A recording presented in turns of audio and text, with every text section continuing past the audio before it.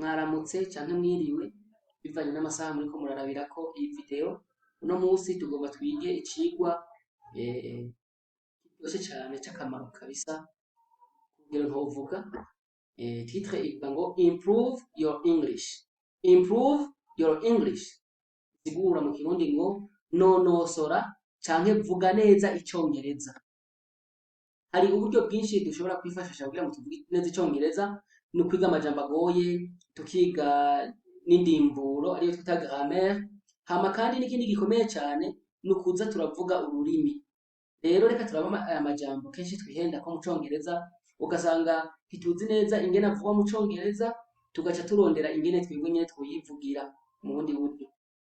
Hanyuma rero imbere ko dutangura, ukaba utaragira subscribe canke s'abonner, raba gato musi y'iyi video urabona ahanditse Mwarimu Joseph. Imbere yaho ucubona handitse s'abonner, haba handitse s'abonner, mu congereza haba handitse subscribe.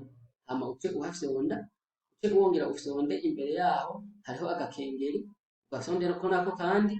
Hama kandi uraba aho hantu hari umuntu afumbase ingumu, afumbase intoki, bahita ngo ni kuri like canke j'aime, naho kandi uhafyonde.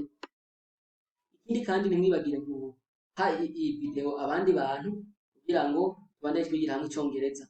Muhe links canke amalien canke ikiraro, mu kirundi bavyita ngo ibiraro, ikiraro abandi kugira ngo tubandanye twigira hamwe icongereza. Murakoze cane rero, reka dutangure. Ijambo rya mbere dusoma ngo to set a watch. To set a watch. Mu kirundi tuvuga ngo kuregera isaha. Kuregera isaha. Aka kantu takazi nyene kukiyumvira biragoye. Dukoresha to set. To set an exam. Iyo umwarimu ariko aratora ikibazo, naho nyene dukoresha to set. To set an exam, to set a test, gutegura test, nuko. Mu karorero, reka tube mu karorero ingene dushobora kubivuga. It's good to set a watch by the radio news. It's good to set a watch by the radio news. Ati ni vyiza kuregera isaha ukayiregera kw'iradiyo. Kenshi na kenshi iyo amakuru ariko aravuga, murazi ko kenshi amakuru avuga ku masaha kanaka, rero ugaca urega isaha yawe bivanye n'uwo mwanya, bivanye n'isaha tugezeko twumvise amakuru, ugaca uyiregererako. N'akarorero twatanze.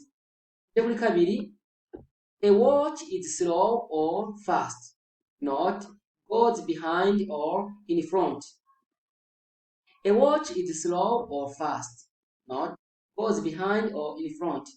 Aha kenshi ni mu kirundi tuvuga ngo isaha yanje iri inyuma canke iri imbere. Rero mu congereza ntabwo tubivuga gutyo. Iyo isaha yawe iri inyuma mu congereza tuvuga tuti my watch. Iyo isaha yanje iri inyuma tuvuga tuti my watch is slow. Umva ni nkuko bisigura ngo igenda yitonda. My watch is slow, ni ukuvuga isaha yanje iri inyuma. Iyo isaha nayo iri imbere turavuga nti my watch is fast. Is fast ni ukuvuga irihuta, mu yandi majambo iri imbere. Ariko reka tube ngaha mu burorero neza ingene tubivuga. Iyo ushatse kuvuga ngo ushatse gushirako umwanya, iri imbere, ati iri imbere umwanya ungana uku n'uku n'uku, canke iri inyuma umwanya ungana uku n'uku n'uku, ingene tubivuga. Iyo uvuze ngo my watch goes 2 minutes behind, iki sico. Kuko ntituvuga ngo to go behind. Mu kirundi mvuga birumvikana ni kugendera inyuma, ariko sivyo mu congereza. Mu congereza ciza tuvuga tuti my watch is 2 minutes behind. My watch is 2 minutes behind. Bisigura ngo isaha yanje iri inyuma iminota 2. Canke my watch is 2 minutes in front. Naco kirumvikana cyane. My watch is 2 minutes in front. Apana goes. Wase ako kajambo goes niko tudakoresha. Iyo naho udashaka gushirako iyo minota ngo wiga urayivuga, uvuga uti my watch is fast canke my watch is slow. Is fast bisigura ngo isaha yanje irihuta iri imbere, hama is slow bisigura ngo isaha yanje iri inyuma. Tubandanye kuri gatatu. To have one's hair cut. To have one's hair cut, not cut one's hair. Abisigura iki? Iyo mu kirundi bivuga ngo ni ukwimosha canke ukwimwesha. Mu Congereza uvuga uti I am going to have my hair cut. Iyo mu Congereza uvuze ngo I am going to cut my hair, ucumenga ni wewe nyene uza kwimwera umushatsi. To cut my hair, ushobora kuwimwera, murazi ko no mu mico kizira kwimwa. Rero uvuga uti I am going to have my hair cut. Urabona muri ubu rero twatanze tuvuga tuti I am going to have my hair cut. Ntushobora kuvuga ngo I am going to cut my hair. Ico ni cumvikana kabisa mu Congereza. Si wewe wimwa, ni igikorwa ukorerwa n'abandi. Tuje kuri kane, to put on weight, not to put weight. To put on weight, not to put weight. Ibisigura iyo umuntu avyibushe ibiro biriyongera. Rero ibiro vyiyongereye uvuga ngo umuntu ushobora kumuvuga ati you have put on weight. You have put on weight. Ati byukuri wavyibushe ibiro vyiyongereye. Ariko ntushobora kuvuga ngo you have put weight. Ntiwashize ibiro. Oya, ntiwashizeko ibiro. Mu Congereza uvuze ngo to put weight ntabwo cyumvikana. Turabwe uburorero tuvuga tuti I have put at least 3 kilos. I have put at least 3 kilos. Ico sico. Tuvuga tuti I have put on at least 3 kilos. Nukuvuga on in preposition, ariko ngaha nivuga to put on namavuga twita phrasal verbs, nayo kandi tuzoyigisha ko aya mavuga twita phrasal verbs tuzoyigisha ko igihe kimwe.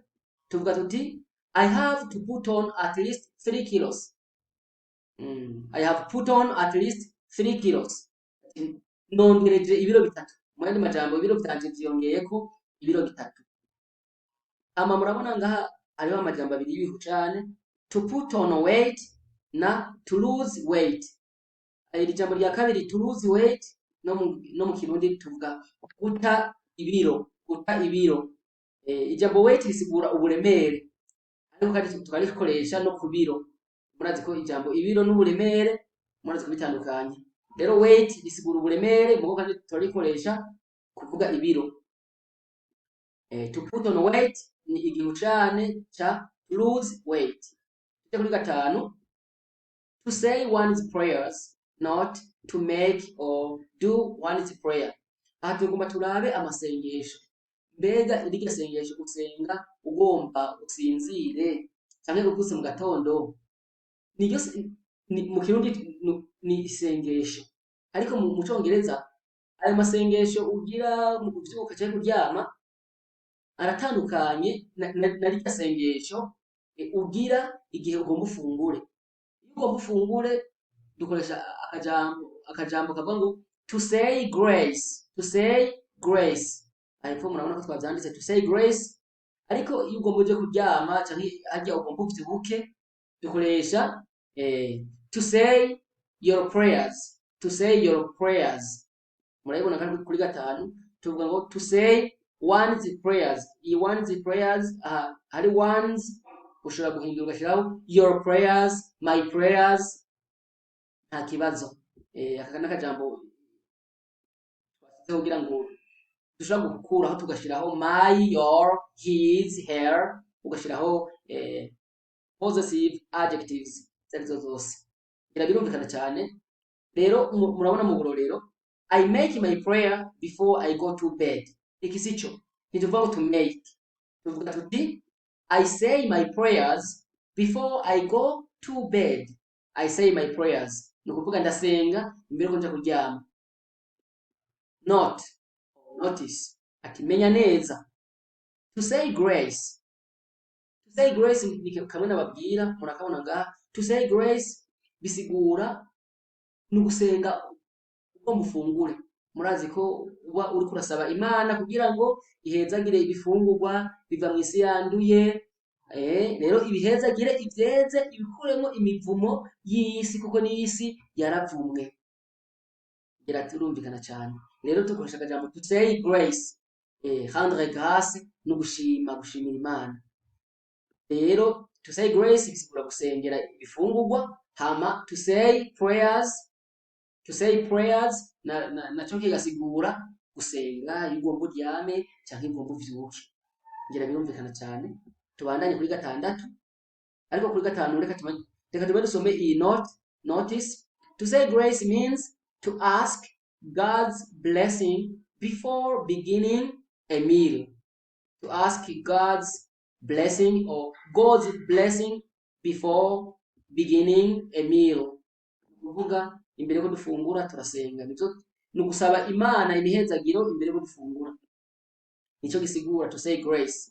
Kuri gatandatu, to have a dream. Tuvuga mu Cyongereza tuvuga tuti to have a dream, ariko ntituvuga ngo to see a dream. Oya, to see a dream ntikibaho, tuvuga to have a dream.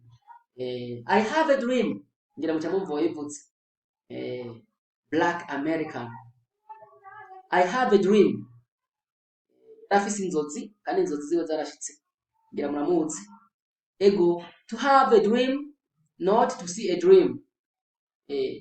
Uburorero ngaha munsi tuvuga ngo to have a dream. I saw a strange dream last night. Mu Kirundi umenga kirumvikana, uvuze ngo nabonye inzozi mwijoro riheze, nabonye inzozi mwijoro riheze, umenga nivyo. Ariko mu Cyongereza ntidukoresha to see, dukoresha to have cyangwa to have. I had a dream, or I had a strange dream last night. I had a strange dream last night. Ati nabonye inzozi zitangaje. Ikintu kiri strange ni ikintu gitangaje udashobora gutahura neza, kiri bizarre, strange. Mu Cyongereza kandi turavuga weird. Weird mu kucyandika kwandika WEIRD. Udome we n'udome e n'udome i n'udome r na d, aho niho tuba niryo jambo twita weird. Weird na nka strange cyangwa bizarre. Ijambo bizarre kandi turabikoresha mu Cyongereza gisigwanye bizarre, ibintu biri bizarre nyene. Bizarre nuko ngira birumvikana cyane. Uwo afise ikibazo yo kibaza. Turiza amajambo atandukanye yanavugwa, tuvuga tuti to have a dream, ntabwo tuvuga ngo to see a dream. Tuvuga tuti to say prayers, ntabwo tuvuga tuti to make or do a prayer. Tuvuga tuti to put on weight, ntabwo tuvuga tuti to put weight. Oya, tuvuga tuti to have your hair cut, kwimosha. Ntabwo tuvuga ngo to have one to cut one's hair. Oya, tunavuga ngo a watch is slow or fast. Ntabwo tuvuga ngo a watch goes behind or in front. Ngira twabisubiye neza mu bitawe cyane.